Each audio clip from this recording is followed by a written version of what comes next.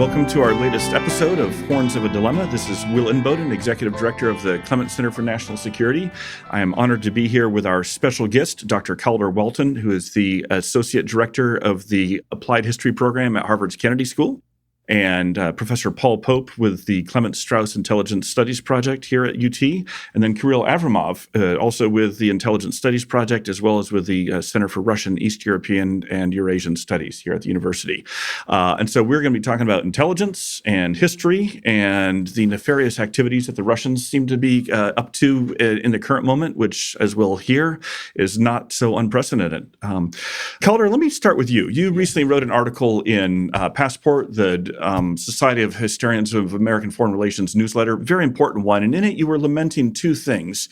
One, the particular lack of attention to intelligence in overall American diplomatic history. But then second, in turn, the marginalization of diplomatic history within the academy, a concern I share. So it's almost like there's two related neglects there, which are double curses for studying intelligence. Tell us more about why you made that argument and what's been the response to your article.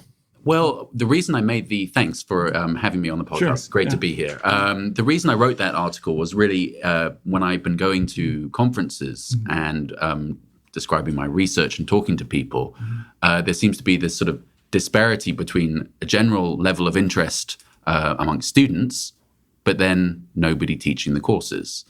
And I thought there's something really weird happening here. And it's also, as I've noticed, as we all probably know, that enrollments in history majors at US universities are absolutely in freefall. Yeah. And I think that a lot of that is to do with the fact that history departments are not teaching the courses that are of interest to students. Mm-hmm. And looking at my own research, it seemed to me it's time for someone to actually sort of call a spade and say, I think part of the problem is not teaching the right courses. And in terms of intelligence, this has been marginalized, as with military history and diplomatic history more broadly. The responses, actually, there's been, publicly, a few people that have been criticized me, say that just don't think it's that important a subject and I'm overblowing the whole thing. But then privately, lots and lots of emails from people in history departments saying, I'm really glad you wrote that piece and, share all of your views. So there's a weird disparity there, let's put it that way. Yeah. But I hope that the piece is a start of a broader conversation about the decline of history at top US universities, and in particular, still the lack of attention given to intelligence history and national security. Well, yeah, certainly glad you've started a conversation there, and let's hope it leads to some constructive action too. Exactly, yeah. Paul, let's turn to you as a career intelligence professional, retired CIA officer, and now someone who is teaching intelligence to undergraduates and graduate students. Did Calder's article resonate with you? Have you found that U.S. universities overall are not doing enough to focus on intelligence? And yet, what's been the response to your teaching on it here at UT? To answer the question, I actually start every class by making a very similar argument to the one you were making in the article, that this is understood, not studied, I should say, poorly understood, and it's woven into almost any historical or foreign policy matter of any import. There's an intel story that goes with that. Yeah. Our courses have been very much in demand, to answer your question, Will. But I think, one of the things that I do in my courses is anytime I introduce a new topic, I always start with a major historical event. So, for example, when I introduce signals intelligence, I talk about the destruction of a Russian field army through SIGINT, which caused the collapse of that entire front, which I think is significant. Yes. And I try to illustrate. What year was that, Paul? In 14. 14, yeah. Okay, yeah. And so the examples like that are to just try to show this. Now, one of the points I would just make very quickly is that I'm not advocating students to study or get a degree in intelligence. I actually just want them to know about intelligence as they do political science, history, or IR. Absolutely. And I think that's from my perspective, another really key thing is training people to understand the limits, the use and abuse of intelligence, so that if or when they go into policymaking, or even if they go into private business, they're better informed and they don't just think it's the James Bond effect. Which I can absolutely relate to, because there is a huge interest among our students. And when we remove the Bondesque part and we are looking at the history, we're looking at the psychology and especially the mechanisms of decision making, because I hope we'll talk a little bit about the active measures that you were talking about and the breadth and scope. Now that we have the open source materials, which are aiding a lot of our efforts to understand what were the specifics, what were the behavioral modification strategies, what was the philosophy behind the action or non-Western covert action. And we have wealth of archives which need to be studied, which need to be properly understood, because frankly, I also found very convincing one of your arguments. It is very easy to look at the failures of Western intelligence and demonize very quickly the agencies involved without understanding the full story. That is to say, as you're making the argument about Chile, it's very easy to go into that direction and say, well, yes, there was a covert action. Yes, we can attribute all the negatives without understanding, what was the role of KGB. Yes, the enormous onslaught of KGB active measures in Chile. I don't think you can write the history of that country in the 1970s without understanding that. But yet, I promise you pick up any history book about U.S. interventions in Latin America, and you will not find a reference to the KGB. Absolutely extraordinary, and fundamentally giving you, in my view, a warped impression of U.S. foreign policy and international relations in Latin America in the Cold War. Yeah, Calder, if you could elaborate on that, because I'm glad Kirill brought it up, and it was another one of the important and potentially controversial points in your Passport article. But again, in the standard narrative of post World War II American foreign policy, the three case studies that people like to bring out about CIA misdeeds are the Guatemala coup, the Iran coup, and then of course the Chile one. Sometimes they'll throw in Patrice Lumumba there, although that's a little murkier. But and again, those did happen. Obviously, CIA was involved. They may have had some unhappy legacies. They may have been the wrong decisions. But your point, and I want you to elaborate on it, is that you can't understand those decisions without understanding what the KGB was up to as far as with their influence operations across the third world. So tell us a little bit more there. Well, really, I'm building on the work of Christopher Andrew and Vasily Mitrokhin, and in particular the second volume of their Mitrokhin archive, where they show the enormous onslaught of Soviet KGB active measures across the world to subvert particularly non-aligned governments during the Cold War, be that in India or in Southeast Asia, and then to actually more hot wars as well. So here we have it in a smuggled archive from inside the KGB, the inner secrets. And I should say that archive, which I'm using for my current book that I'm writing, is a large portion of that is publicly available in Cambridge in the UK now. And it's a goldmine for any researchers listening to this podcast that want to have a look at the KGB history in the so-called third world country. Go to Cambridge, UK, and have a look at the Mitrokhin archive, because there's a lot of material that wasn't able to be put in the published books that is available in Cambridge. And I will say, I found the published books hugely helpful. I'm currently writing a history of Reagan administration, national security policy, and those two published volumes have been supremely helpful. So even those are really good. But exactly, go to the archives, and there's going to be a lot more there. Precisely, But bringing around to your bigger point, though, is that one cannot understand what the American intelligence community was doing without. That's right. Yeah, I mean, I think that is, as I said, something that is wholly lacking when you pick up histories of U.S. foreign policy, that you will not find a reference to KGB active measures, even though, and the striking thing is that we read about them pretty much every day in the newspaper today. So is this something new? Well, no. There probably also is, I also found something very curious just when you were talking about the archives, and I think that there is a need to revisit even the legacies of people like Bittman. We do have some published material. And who's that, Kirill? Calder, it is probably, you had the a very interesting story, which you have talked to me about privately, but this is one of the highest-ranking defectors from the Czechoslovak SDB, who has described in his books some of the philosophy and ideas which are standing behind active measures and implementation. And honestly, from today's perspective, I believe that this is mind-blowing.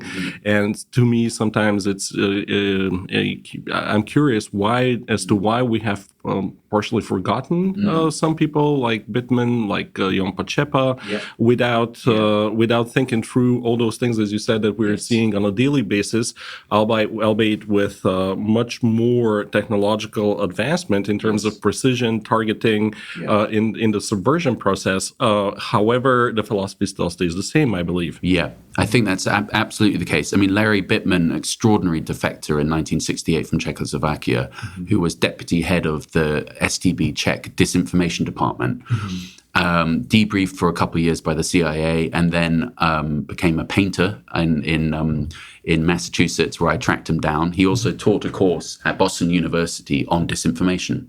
And to your point, in the 1990s, his course was popular in the 1980s. And in the 1990s, when he wanted to retire, he had difficulty finding a place to leave all of his lifetime's archive on disinformation. Oh, my goodness. Because, well, the Cold War's over. Why would anybody want that? That is And the story. this is For our the- listeners, if you were here in the room, you'd see heads shaking in vigorous outrage. Yeah, Okay. I mean, and this wasn't just something. This isn't a problem just found in universities. This was, as we also now know, in U.S. intelligence agencies. In the mid 1990s, the CIA chief historian said that the agency was essentially ahistorical.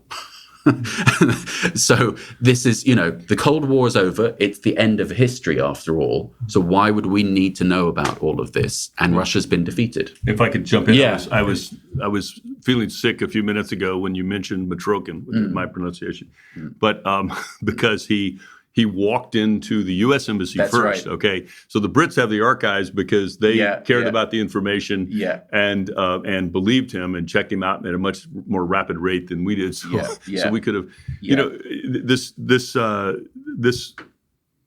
balance thing that you're talking about is important, and I think that. Just to add one other piece to this too is I think the study, I mentioned this already once, but I'll come back to it again, and that's the study of not only disinformation, but also warfare in general and the way that intelligence has played into that. When I was the chief of the Tradecraft and Training Division of the Director of Operations right before I came here, and as I was doing that, I did a little survey on my own by reaching out to all the war colleges and asking them what they were teaching these rising generals, these colonels, about intelligence. And the answer was there was no mandatory minimum requirement for intelligence. So many of these folks had risen through the ranks, sort of having access to tactical intelligence and thinking that this prepared them. The number of times that in the latter part of my career, I had more than one 4-star say to me, "I can't believe I didn't know more about this before I got to this point in my career." Yeah. So this is very important, not only in the sort of the broader context, but in this very narrow conflict arena. I want to come back to a theme that has been touched on, but I think we could really go much deeper on, which is, the 2016 election and the aftermath, wherever people came down on the politics of it, certainly brought to the fore these new concerns in the United States about Russian active measures, Russian meddling in our elections, so on and so forth. And I think for a lot of Americans, it seemed new and out of the blue. But I know for the three of you, with your respective expertise and capacities, you, I'm sure, immediately realized that this is not necessarily so new. Tell us more. What do we know from history about the Russian/Soviet/KGB? And I know the labels may interchange. History of engaging in these kind of activities. And what was there anything new and novel about 2016, or and if so, what? And then also, can we learn anything from history about what a more effective American response could be? And of course, I'm talking the American context here, but this is taking place all over the world. So, Kirill, especially with your background in Eastern Europe, would love to Let's start off with you. Tell us more. I definitely would agree with you that it might be a surprise for the general public, but the philosophy and the modus operandi is nothing new. Not new is technology, but as our guest here has written, it has rich history. It's not the first time the Soviet Union or previously even Tsarist Russia was trying to interfere in foreign political processes. And of course, if we look at the two components, kinetic and non-kinetic, because active measures is a very wide toolbox, anywhere from the so-called wet jobs and elimination, be it rebel rivals within the vying for the primacy of who's to lead the world communist movement, and you end up badly in Mexico City, or You're referring to the murder of Trotsky. Yes, right, absolutely. Okay. Influence operations, which were actually, as if we believe basically the account of Bittman, basically up to 80% with a huge of the whole volume of activities, with an entire apparatus. Long, rich history. There is basically a theory also, partially which stands behind it, the theory of reflexive control, which was classified, and it was the experimentation on the side of the Soviets with a replica of game theory in order to condition the opponents abroad. What we can learn from history, for sure. Sorry, Kirill. Tell us a little bit more about that reflexive control and conditioning, the game theory, and what the Russians were. Yes, well, reflexive control theory basically was where the answer, or the Soviet answer, of kind of mirroring the idea of the insights of behavioral psychology, and they have really deep roots in Soviet tradition, going back all the way back to Pavlovian conditioning on one side, and the concept of cybernetics. The idea was to control tightly information and to have the four stages. Most importantly, one, of course, to control the act of decision making. Very shortly, or simply put, this is the idea to put your adversary on a path where he thinks that he is taking autonomous decisions in his best interest, where in fact you are controlling what Pomerantsev today calls multiple unrealities. So this is something that we need to keep in mind, because this apparatus, what we're seeing, we definitely are in a position in which we witness the rise of political warfare again, and big part of it is active measures. I hope you would agree with me. I do agree with you, and I just checking my notes, and here's a good definition for you. In 1972, top secret KGB dictionary defined disinformation data as, quote, especially prepared data used for the creation in the mind of the enemy of incorrect or imaginary pictures of reality, on the basis of which the enemy would make decisions beneficial to the Soviet Union.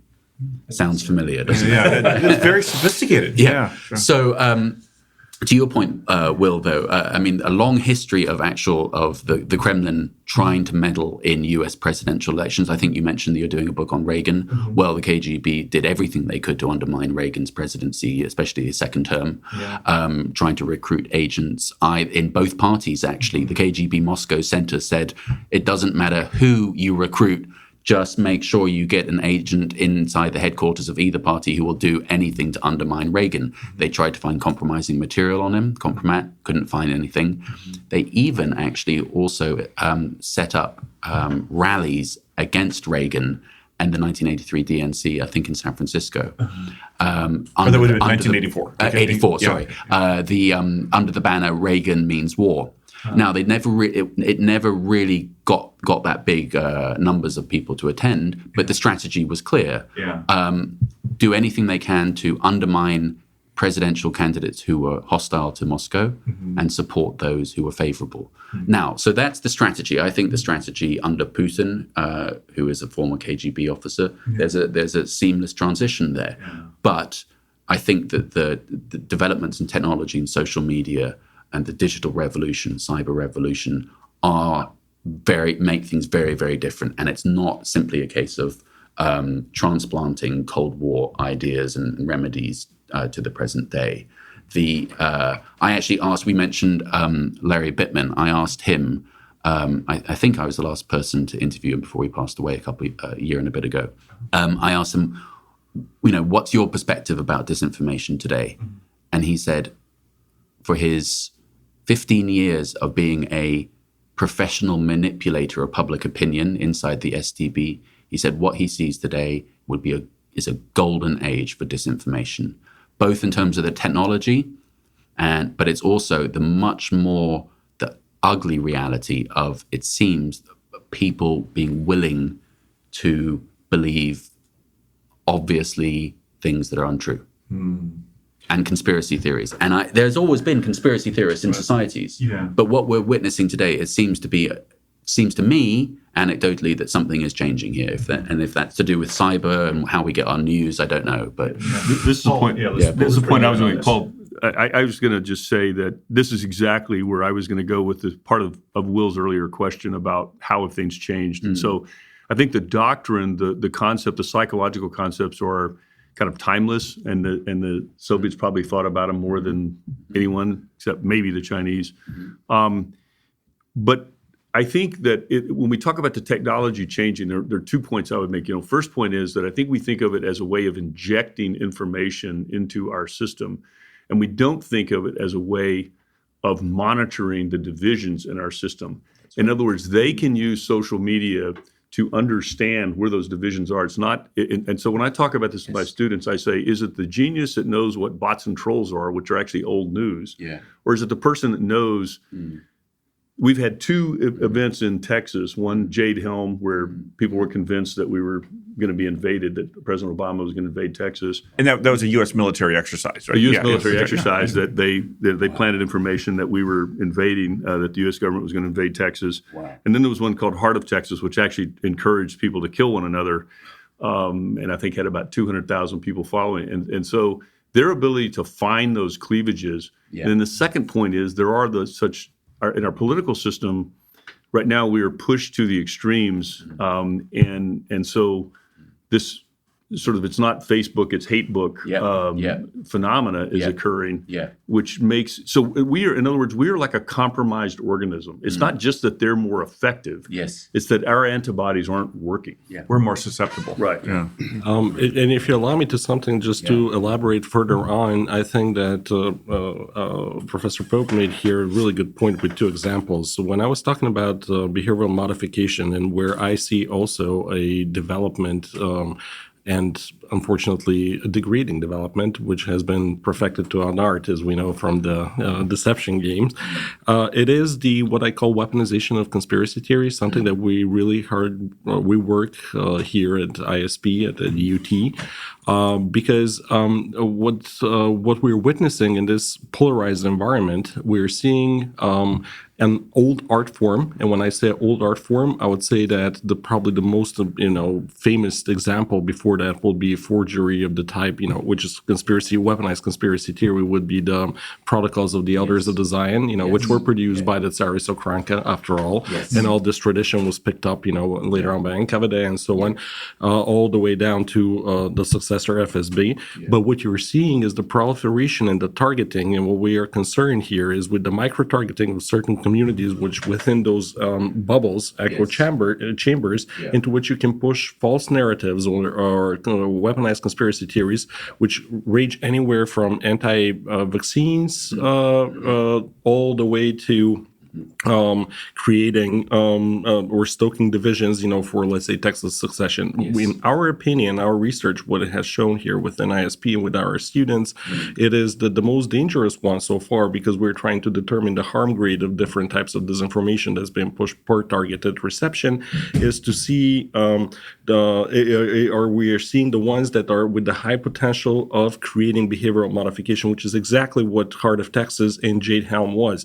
Unfortunately, what we have seen is that people in Bastrop or some other cities, unfortunately, being pushed by this disinformation, were requesting an action. And action did happen. It was in a form of requesting the Texas National Guard to monitor the exercise of the federal forces. So this is a real life example. So people, when we're talking about abstractions, it's one thing to say interference, and it just kind of stays here. Yeah. For us, it takes a very real steps, and we absolutely absolutely agree that it was just by chance of accident. And in Houston, unfortunately, by now we know that one part was probably carrying weapons, and they were basically an eye to an eye, separated by a street by a local law enforcement. So a small spark can create a big fire. Yeah. Just one add-on to that very quickly is that I was already here when this was going on and not reading classified information, so I have no inside view of this. But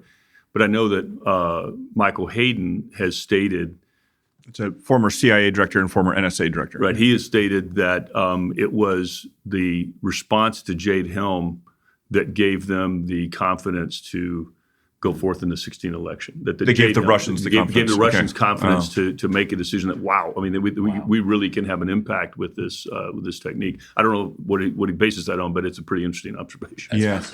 Well, so let me follow up on this theme though. So we've laid out that this is a longtime Russian playbook, even going back to the 19th century and the Tsarist days, right? Not even a longtime Soviet and KGB playbook, longtime Russian playbook, and we've certainly seen its pernicious effects here in the United States most recently. Can either history or comparative looks at how this has happened in other, say, European countries, can it give us any insights on what can be done to counter this, to stop it from being effective? Have we had, what will the Russians respond to, where they either stop doing this or where we can at least protect ourselves from their efforts to do it? So.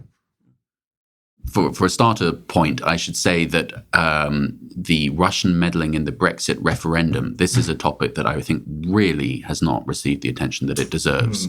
And I'm reliably told from the UK press that 10 Downing Street has a classified report that is supposed to be being made public about Russian interference in the Brexit referendum, but it has yet to be declassified.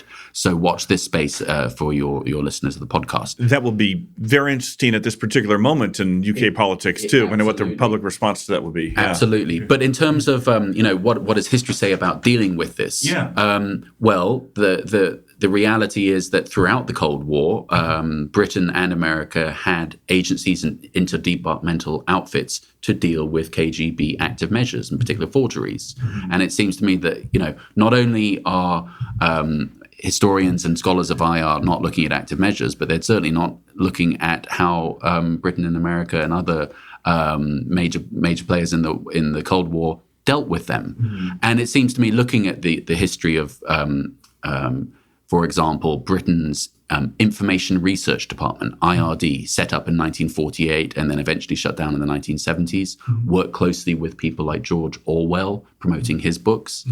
It seems to me that outfits like Britain's IRD or Reagan's Active Measures Working Group, set up I think in 1982 to 83. Under Bill Casey. Exactly. Three essential components on both sides of the Atlantic of dealing with Soviet active measures. Exposure, so revealing what's going on. Attribution, who's doing it. And then international cooperation. And there are some files that have been declassified in the UK about the close relationship between UK Foreign Office, MI6, and the Reagan Active Measures Working Group, going to different NATO countries to both describe latest trends with Soviet disinformation and then also get from those countries what they are seeing in the latest trends. So this was a international combined effort, which I think really those three aspects, exposure, attribution, and international cooperation, are just as true today as they were then.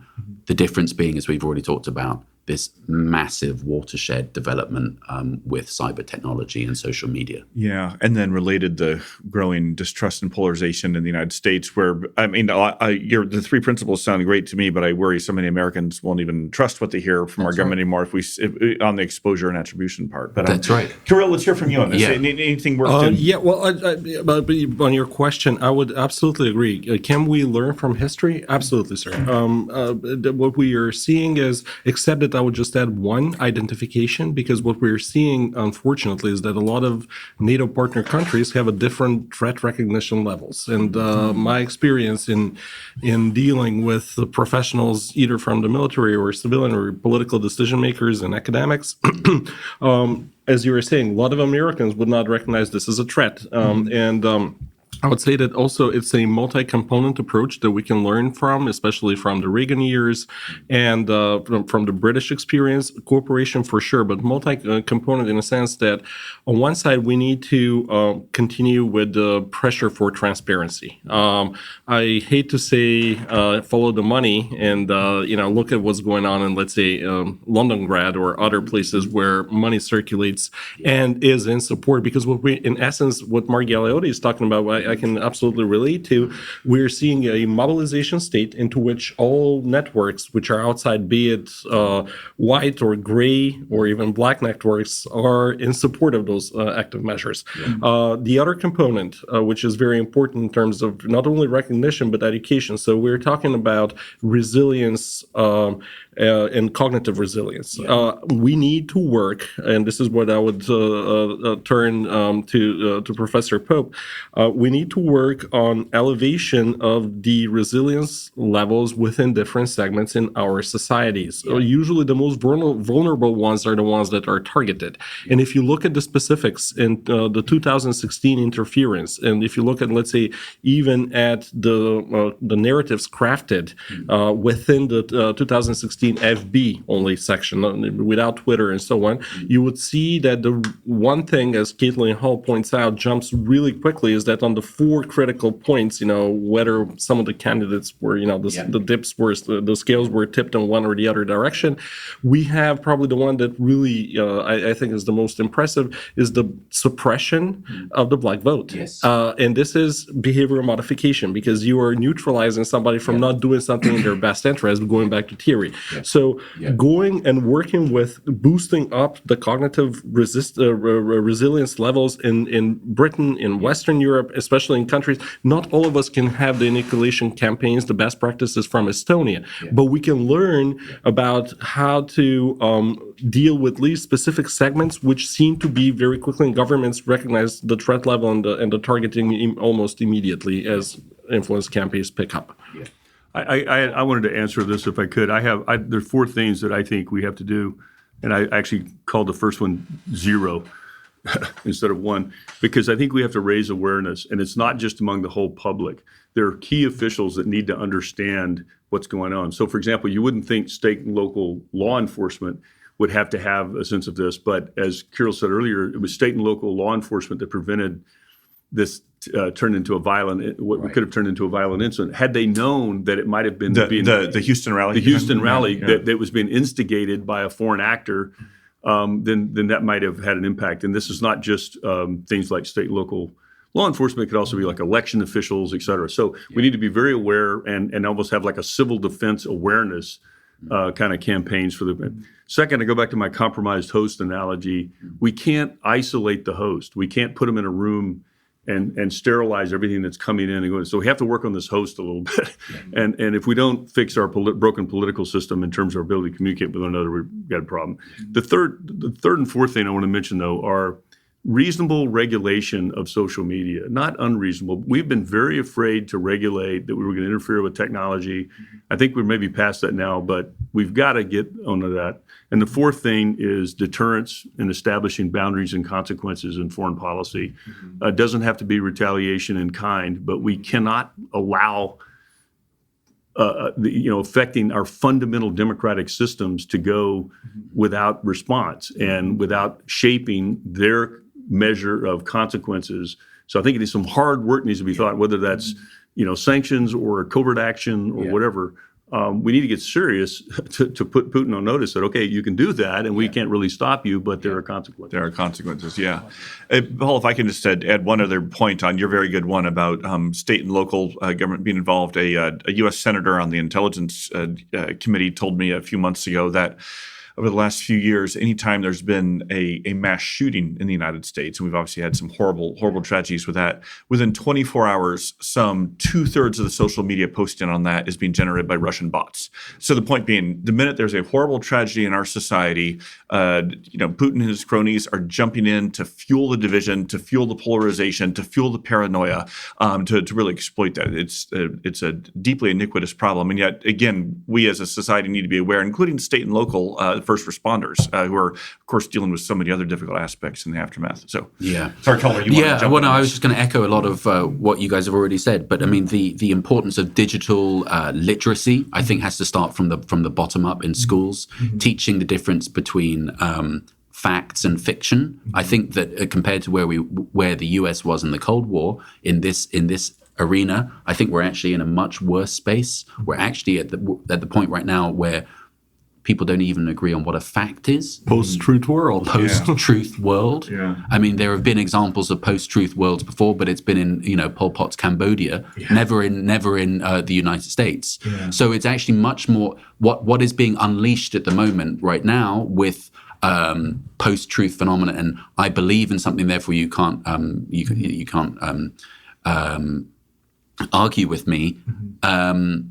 It's incredibly dangerous for where we're going to go. As I said, I think this is way beyond anything that an information agency modeled on the Cold War can cope with. This is a broad generational social effort, I think, that we're going to have to deal with going forward here. So it's a pretty glass half empty approach, I'm afraid. But hopefully we can, out of all of this, figure out the way forward. Step one is admitting we have a problem, right? Exactly. That's right. So, yeah. Our time is starting to wind down a bit, but Calder, before that, I want to ask something I should have asked at the beginning, which is more of a biographical note. Two parts to this. First, tell us how, given how few scholars there are studying the history of intelligence, tell us how you got interested in this field. Yeah. And then second, one of the, of course, notable exceptions to this is Christopher Andrews. So tell us just a little bit more about him. And sure thing. Well, thanks for the question. It's really a story of being at the right place at the right time. Yeah. So studying at Cambridge University, I was really interested in Christopher Andrews' course. It was the most popular course in the history department there, The Secret World. And I wanted to do a master's with him. And we had a nice lunch, and he said, "This sounds great." And on the first day of starting my master's, he got appointed to be MI5's authorized historian. And he said, would you, Calder, be interested in a couple of days a week at MI5's headquarters helping to write the centenary history? And I said, well, that sounds like an opportunity too good to be passed up. So that was 6 or 7 years of my life spent doing that. And so I finished my master's, PhD, did a postdoc, helped write this book, and then my first book was on British intelligence and the end of the British Empire, looking at how Britain, within the context of the Cold War, how the intelligence services behind the scenes were helping Britain and America to influence governments, meddle, you might want to say, governments, to keep in the Western side of the Cold War. And that was based on all of these records that have come out in the last couple of years. So that was I became a lawyer for a couple of years, which I'm glad to have done, but quickly realized that wasn't for me. And I'm now a recovering lawyer. Yeah, I'm a recovering lawyer. Long tradition of that, I'm told. And now I'm helping run the Applied History Project at the Kennedy School.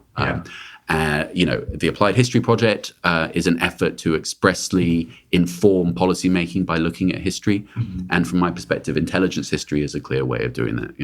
How do we understand what's going on today by looking at the past? Yeah. Both similarities and differences. That's the key thing. It's not just simply saying everything's the same. It's saying that, these are similarities and these are differences. Yeah, sometimes history is most valuable in telling us that we are in a historically unprecedented moment. We're in a new moment, right? It's not going to be analogous to the past. That's right, yeah. Exactly. So that's the... Well, we at the Clement Center have been, privileged to partner with the Applied History Program, and it's a wonderful initiative. So glad that you guys are doing that. Well, hopefully we'll have many more initiatives, and either down here or back up at Harvard or elsewhere. So let's keep the conversation going, I hope. Absolutely, yeah. Paul, Kirill, any final thoughts on any of these themes we've touched on? No, I think it's been great to have this conversation. I was struck by I have to go buy your book about the end of the British Empire because I'm very interested in that period. I'll send you a copy. and the reason I'm so interested is because the in terms of organized intelligence, CIA sort of started from a dead run, and we used to have a saying in the early days of the agency that we said the Brits taught us everything we know about human intelligence, but they didn't teach us everything they know. Exactly, So exactly. I'm very interested in reading about that. Yeah. Well, unfortunately, though, just after the CIA was created, then our friends Kim Philby and others were exposed, which all of a sudden made the British intelligence look not quite so successful as they wanted to be in their own image. Yeah. I cannot add more than what have been said. I'm very glad that we are having a conversation or revitalized conversation paying attention to the history of intelligence and especially non-Western political warfare, something that we are very concerned here with ISP. And I'm also very glad that Clements and we are looking for cooperation for those type of projects, specifically when those archives are continuously being declassified, which are non-English one, because I think part of the answers of the equation, just to wrap up, in order to understand the whole picture, lies there. All right. Well, thanks very much to all. Thank you for having me. Thank you. Thank you for listening to this episode of Horns of a Dilemma, and please don't forget to visit our website at tnsr.org.